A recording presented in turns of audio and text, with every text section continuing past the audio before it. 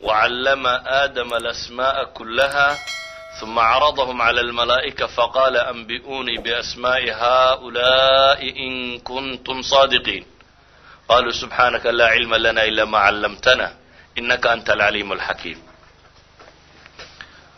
qisada tan oo duuduub ahaan sheegaysa uun ilaahay subxaanahu wa tacaala inuu malaa'igta u sheegay inuu dhulka khaliifo u yeelayo, khaliifadaasina inuu aadam yahay, inay sheegteen malaa'igtu markaasi mas'alo aanay aqoon badan u lahayn ay ka hadleen.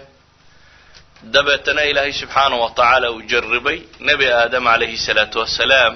ilaahay uu asmaada baray, wacallama aadama alasmaa'a kullaha. dabeetana malaa'igta loo soo bandhigay masaladaasi ay garan weyday, kadibna ay yidhaahdeen subxaanaka laa cilma lana ilaa maa callamtana innaka anta alcaliimu alxakiim.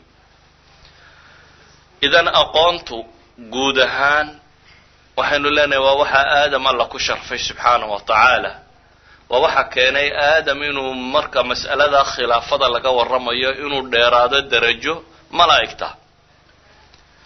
waa waxa keena qofka bini aadamka mu'ahalka u siiyaba maamul dhammaantiiba. walidaalika ilaahi subxaanahu wa tacaala reer banu israa'iil markay weydiisteen inuu u sameeyo nin madaxa, ee ilaahay subxaanahu wa tacaala وqاla lahu nabiyuhum in allaha qad bacata lakum طaaluuta malika.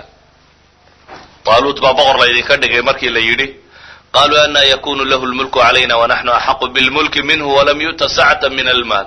sidee buu madaxnimada u helayaa bay yidhaahdeen, annagaaba kaga xaq badan leh. waxyaabihi ay sheegteenna xoolaa ka mid ahaa.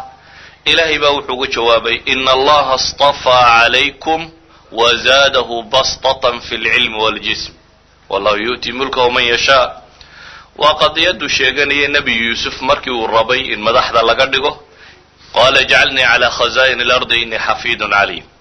idan cilmigu duuduub ahaan waa waxa qofka bini aadamka ah sharafta u yeela, waa waxa dhaxal siiya adduunka kan khilaafadiisa inuu yeelan karo ama wadi karo. si kale markaynu u tilmaamnana ilaahi subxaanahu wa tacaala waxyigii uu nebi maxamed usoo dhiibayna calayhi salaatu wasalaam waxaa lagu bilaabay masalat alcilm.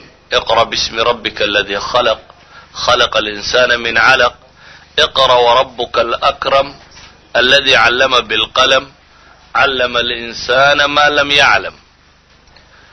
waa ilaahay subxaanahu wa tacaala qur-aan kale waa ka ku tilmaamaya nuun waalqalami wamaa yasturuun ma anta binicmati rabbika bimajnuun.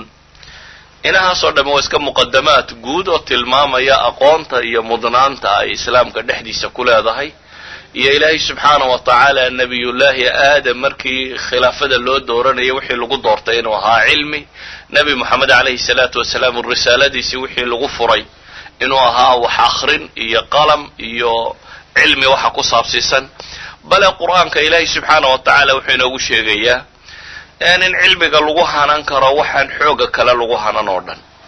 oo waa ka alla subxaanahu wa tacaala ku tilmaamaya nebi sulaymaan qoladii la joogtay, wa qaala aladii cindahu cilmu min alkitaabi ana aatiika bihi qabla an yartadda ilayka tarfuk. markii ay sheegteen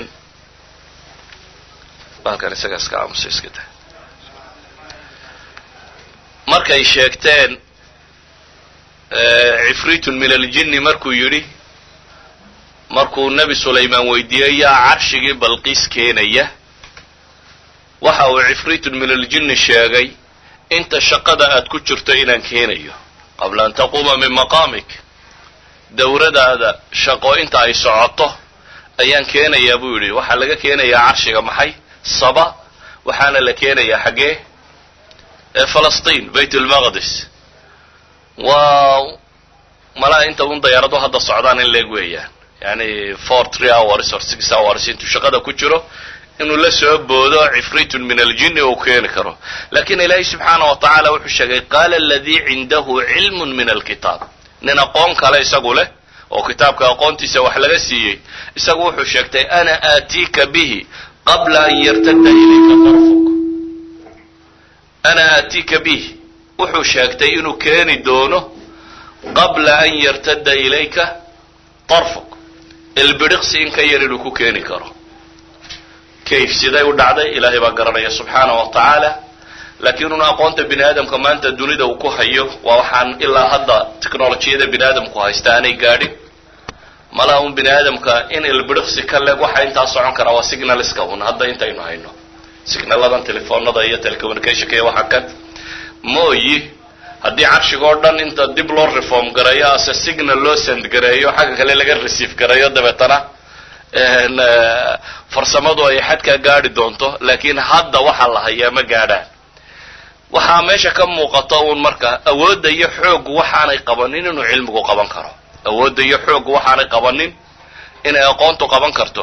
walidalik ayaa maantadan dunidan xataa aynu ku nool nahay aqoonta bashariyadu irsiga ay kala dhaxashay, yani aqoontan kale maanta dunida taalla waa dhaxalkii reer nebi aadam, wuxuu kala dhexlayay qoloba inay ku daraysay. maanta waddanaa jira aan lahaynba resource, waxba aan haysanin, waddankooda waxba oolin, haddana dunida dadka hogaamiye ka mid ah bisabab alcilmi un qura.